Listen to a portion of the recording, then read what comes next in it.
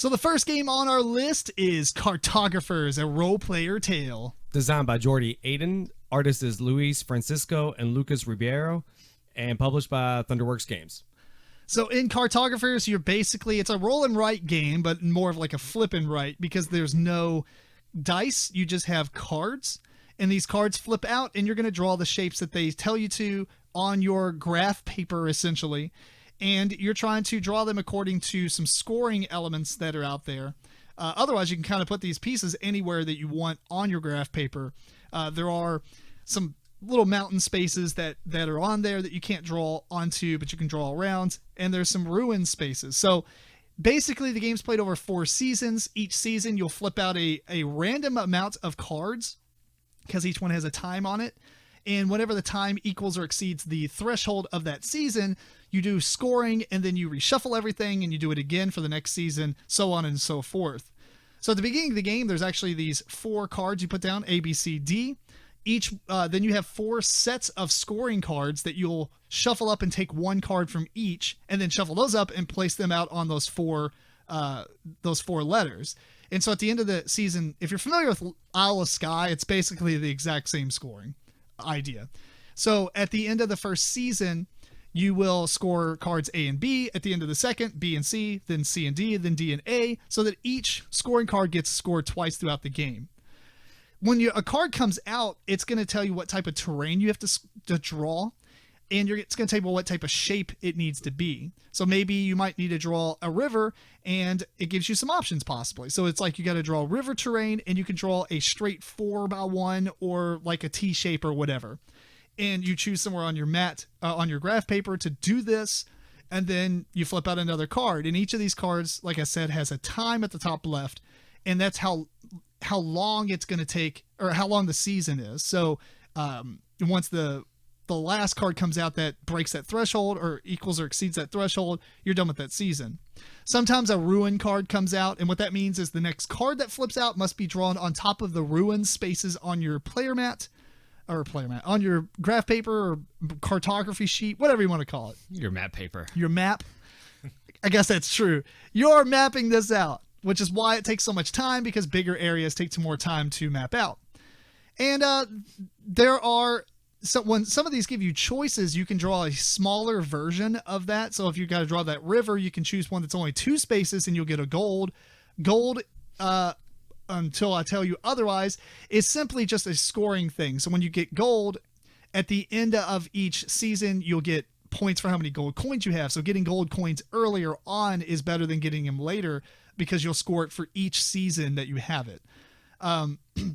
You also get gold if you fully surround one of the mountain spaces, orthogonally or whatever, orthogonally. And the last thing is the ambush cards. So at the beginning of each season, you'll shuffle in one of the ambush cards, and if it gets revealed, you do it and you discard it. Otherwise, if it doesn't come out, then you'll shuffle in another one for the next season, and maybe 2 come out, etc.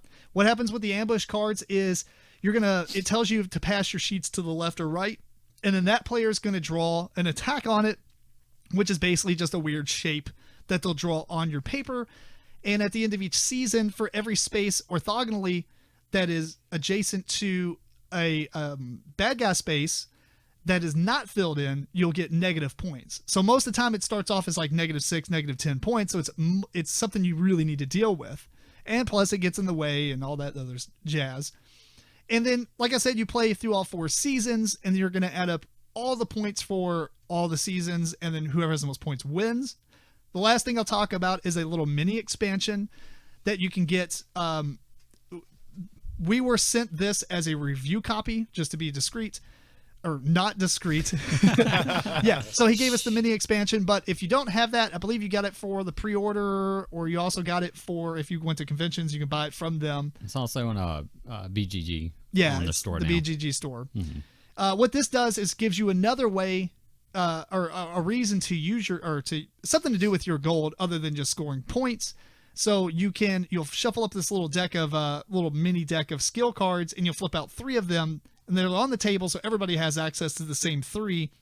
Once per season, you can activate one of these cards, and it does something. You just got to be cognizant of the fact that if you spend a gold on the first round, technically it costs you 4 gold because, each season you get a point. But basically it'll do stuff like it might lower the attack of an ambush down to a 2 square instead of like a 4 or 5 square. It might allow you to change up the terrain type for a specific card because maybe you don't need any village spaces because you're ignoring that scoring mechanism. So you'll change it to like water spaces or something. And then there's a bunch of other ones, but not really necessary to go over them. It's just that might come up in our discussion because we played with and without them. So, Eric, what did you think of this one? Oh, so yeah, overall I liked it. I haven't played a lot of roll and write games or flip and write games, so not tired out of them. Like some people may, because there have been a lot of them hitting the market here in the last year or so. But I like it because there's a lot of replayability in it. Because every time you play, you're gonna be going for different objectives, and those objectives, of course, are gonna change on when they hit. Also, I like it that you can play with like 1 to 100 different people, because basically everybody is doing or adding the same elements to their game board. And that's another thing I like as well. Is kind of like everybody has the option to do the same things, so everybody can do the same thing, but no one's really going to do the same thing throughout the game. Right, because me and Tim might, and we did. In the first 5 things, we put them in the same exact areas, and that's possible. But throughout the whole gameplay, we're going to decide to do different things with what's given to us to do, things with. Well, it also helps that some of the cards give you a choice. So you might choose to do the bigger pattern, but I might choose a smaller one to get the coin. Right. Or a lot of cards will let you either, you can choose water spaces or desert spaces. And I chose desert spaces for whatever reason, and someone else chose water. And I guess what you're probably getting at there, if I'm reading into this correctly, is there's no best option for everything you pick. Yeah, there's no... well, sometimes there probably is a best option. Not knowing, what the future is going to bring, but there is a best That's like option hindsight, for now. though. Right. I'm just saying there's not like you have to make a choice right then, and you made a better choice than me because you see something I did not. Right. And also it's not, there's not a luck-based aspect to it where I get a card that lets me put out this big desert area and we're going to score on desert. You have that same option available to you. It's just depending on how we're going to use it, which ones we're going to go for. So there's that luck element to it that's not there. I would say I didn't prefer the ambush cards on these type of games. I kind of like these type of games. I like to... You like to be solitaire? Solitaire, do my thing, and not have someone, come by and mess it up kind of thing. So... I'm going to interject here and say the best part of this game is what I just said I didn't like. Is the ambush cards, because here's the thing. I will say that it is different than many of the roll and writes that I've played anyway. Most of them are going to be more solitaire. This one does let you have some interactivity. However, for me, it lessened enjoyment. It added interactivity, but lessened enjoyment.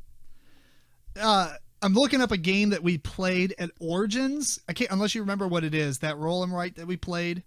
No. I'm pretty sure it's a Stronghold Games one. I'll look it up, but go ahead. You know what I'm talking about?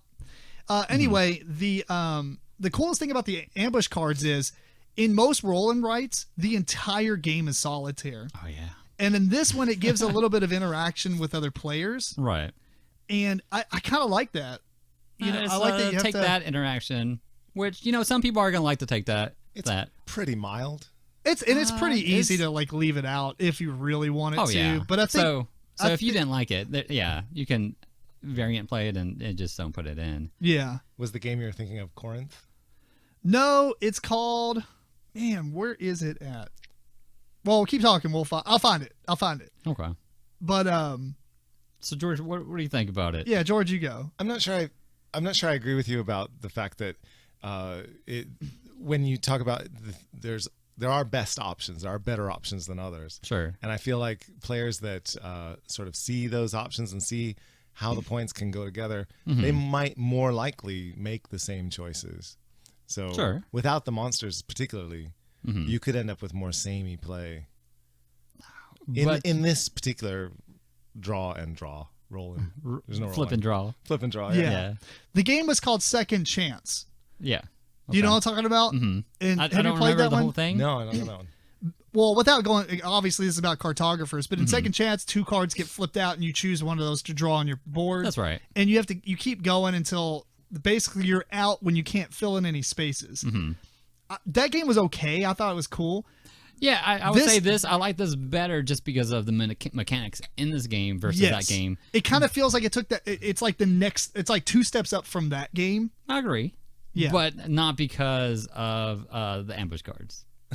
I like the idea. It's the different scoring. Right, the It's, different scoring. it's the different ways. Yeah, different ways to score, and also, it just had a much deeper feel on what you're doing here versus what you were doing over there. I think on that game, it was about filling up your board Right. the best way possible. Well, And then filling it this up one- and still having space to draw something, because I think there was limitations to how you can draw. I don't remember it, but Are there Anyway. enough cards in this game to use that as a variant and draw 2 cards out so that there would be more choice and you could diverge more from each other and you could personally keep track of the time that you took and then end your season when you hit that threshold yourself rather than everyone? I think the coolest thing about the way they come out. Now, I don't know if I'd like that actually. Yeah, I mean, I kinda guess us all. there's probably enough cards to do what you're asking, and you could try it out and see if it would work. But I think the interesting about this, I think that might mitigate certain things, because you could do really, really well at the ones that you're going to score the most points off of, and you would probably have more opportunities to be able to do that. I mean, I guess everybody would still have that Everyone option. would still have the same options. They just have more options. Right, but More options is always not that good. I like the, you do have some options on each card because you get to, a lot of times decide on one type of terrain or another type of terrain, or even one type of figure versus a different type of figure. which is self-balanced, because You're taking up more space. right, you either fill in more spaces or you fill in less spaces and get a gold. Right. And in most cases, it kind of is a toss-up depending on the scoring that's Right. going on. Yeah, if you're able to use those spaces to gather up more victory points than getting that coin. Man, so you didn't like the ambush cards. I didn't like it. I didn't prefer it. I mean, it was okay, but that was not the part of the game that I liked. That's interesting. Because I think if they weren't there, it'd almost be too easy to almost score as max points as you possibly can Oh, yeah. with what's given to you. That's what I'm saying, yeah. Yeah. And there would I'm be okay with that. If whoever could get the most, yeah. Eric likes But scoring the max points. Right, I like scoring the max points. But when you incorporate these ambush cards, I mean you kind of are doing the same thing now. Is now you're deciding where to put your items. Do I put it here to get me some more points, or do I put it up here to mitigate those loss of points? So you're kind of doing the same thing, but now you're kind of messing up your map. You're pretty mad that you've been working so hard. I don't know. I think it's a welcome thing because I believe that most of the roll and writes are all solitaire. I agree. And it is different, and if you kind of like that, take that element to it, but add more interactivity. I do like interactivity within games, but maybe not to take that interactivity as much. Although I don't mind to take that interactivity most of the time, but like in this game where I'm creating something, I don't want you guys messing my stuff up. well, what did y'all think about the skill cards, with or without? It's a must. I did like the It's skill a cards. must. Oh yeah. However, I would have said maybe the skill cards with a variant that, gold isn't scored, because what I don't like about it is you're spending points to get some points. So you might spend 2 points to get out 3 points. And I don't like that aspect about it as much as I would, all right, you can get gold. You're getting gold to use these cards, and then you're using these cards to get more points. I would like doing that better than you're getting gold, you're getting these points, you're exchanging points to get a little bit more points. That's all you do in the game is get points. Oh, that's true. But the points that, the points that you're able to get by using these cards are going to be mitigated by, the coins that you're using. And of course, anything you use in the first season, you have to really get something that's worthwhile that's going to get you more than 4 points, which you typically cannot, at least in the first season. I think that you should not include it for new players, period. Which I think was smart. I don't know. I don't know if they probably should have included it with the game, but maybe it was one of those mechanisms that's like, we can trim this off and make the game more appealing to more people and not make it in the box and be a variant. Right. And it's a cool thing to pick up later. I think that as you play it, I agree with George that they almost become a must include. It adds a little bit more variability. Not only do you have different scoring mechanisms that you're, not mechanism, but different scoring elements that you're going for, but now you also have something else to keep in mind that can differentiate what you're doing. Yeah. Right. It's just a neat thing because, like you don't like the ambush cards, but maybe you can always just be like, let's play with the one that includes the reduces it. Yeah, it reduces the ambush down to 2 squares. Because it's worth it. I mean, even if you spend, the 2 gold to do it on, the first round, that's 8. And it takes the attack from, it could take the attack from -10 down to -6. I mean, it's not worth it. No, it saves you 4 points, but you can easily mitigate the rest of them with almost 2 cards. Easier to mitigate, yes. Yeah. Mm-hmm. So that way, I mean, the take that's there, but it gives you a choice to mitigate it heavily, or you can still just do your normal thing and maybe not experience it. And thematically, you're paying a tribute to the attackers to leave you alone. Yeah. I mean, the thematics of it's pretty cool because you can meet a dude to cure light wounds or whatever. It's got a lot of cool role player style stuff in it. So I really like it. I mean, it gives you something else to do. I mean, I don't think it slows the game down. It just makes you calculate things a little bit more. Like, I could spend a gold here to do this thing and then maybe make 3 more gold in the end, net profit. So, but it might be like a gamble too. Right. So I actually didn't find the theme that compelling. It's another one of these where the only connection to role player is the art. Yeah. And the general idea of it, which I'm not crazy about. That whole, that theme doesn't grab me. Like, I feel like this one in particular, as cartographers, and you go out and make maps, you could do this on the Age of Discovery, and you could be going and making maps of the New World or anywhere really. But it could be real world. It wouldn't have to be orcs coming after you. Yeah, I get that, but I think that it fits what they're trying to do with the role player universe. I think this one fits more than Lockup did. Lockup was just like, oh, we made a role player universe, let's just throw it in there. And I'm like, what? Why? This one, it kind of makes sense because the nostalgia of role player was that you're building a character and they made a game out of it. The nostalgia of this feels like I'm making a D&D world map as a GM, and now I'm like drawing one instead. So I kind of get the crossover there. I can see that. I didn't get the crossover Lockup. I think they just shoehorned that into the world because they already had the artwork and the theme and the graphic design done, and it's like psh, bam.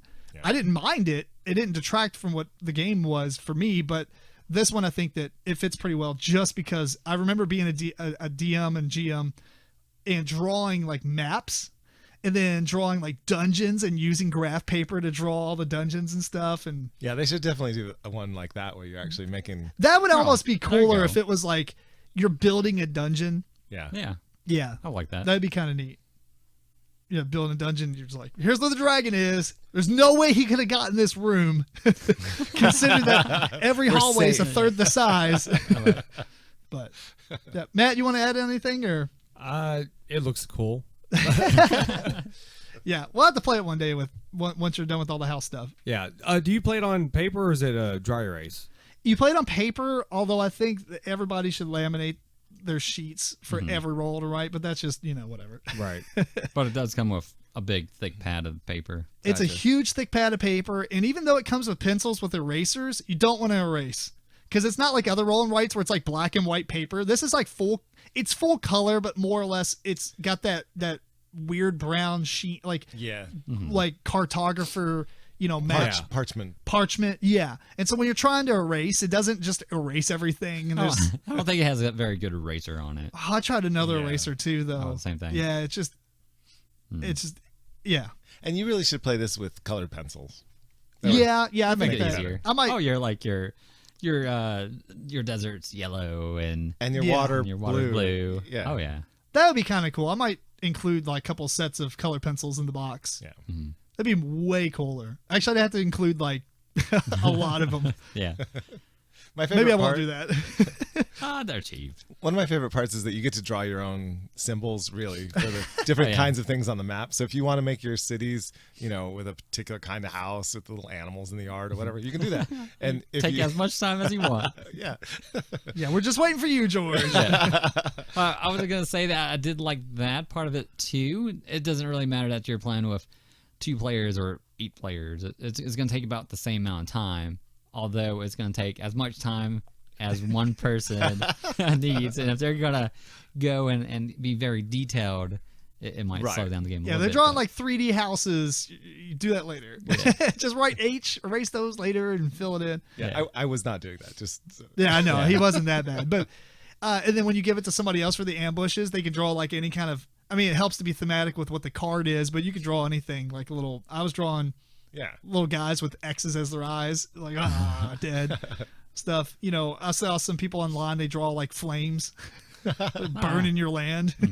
You could draw one huge monster as long as you take up the right number of spaces. Why not? That's true. Yeah, like a big dragon, but he like it's in the shape of like Conforms. like L shape or whatever. Yeah. So that's a nice part of it too, that you get some little creativity. Especially the creativity. They added a crest at the top that's blank and a banner that's blank and a title, so you can actually say like I'm Tim the Deathbringer, Lord of Plagueland, and then I made like this shield that had like dead faces on it. Yeah, nice. There's no reason. It has no impact on the game, but it's just neat to do. And if you did it with colored pencils, I mean, you could like frame your really cool builds. Or completed ones. So You could. yeah, I think so far this might be my favorite roll and write, flip to right, whatever it's called. I really like the scoring mechanism. That is probably the one thing I like the most. I do like that it's like a fantasy map making thing. I like the fantasy part, but just because I've seen it from the nostalgia of D&D and drawing all those maps and stuff. But you're right, it could have just been, like Any kind of thing. Christopher Columbus or something. I don't know. Yeah. But now that I think about it, I think I do like the fact that I can draw any kind of monster I want. That's just fun. That is true. I don't yeah. have to do kobolds and Oh, I didn't. I drew like sheep and Yeah. killer sheep. Yeah. Yeah. Well, cool. Any final thoughts? Anything else you want to say before we end this topic? I like this one a lot more than I thought I would. I think it's a really good flip and write. Yeah. I enjoyed it. Yep. I really liked it. Anyway, that is Cartographers, a role player tale.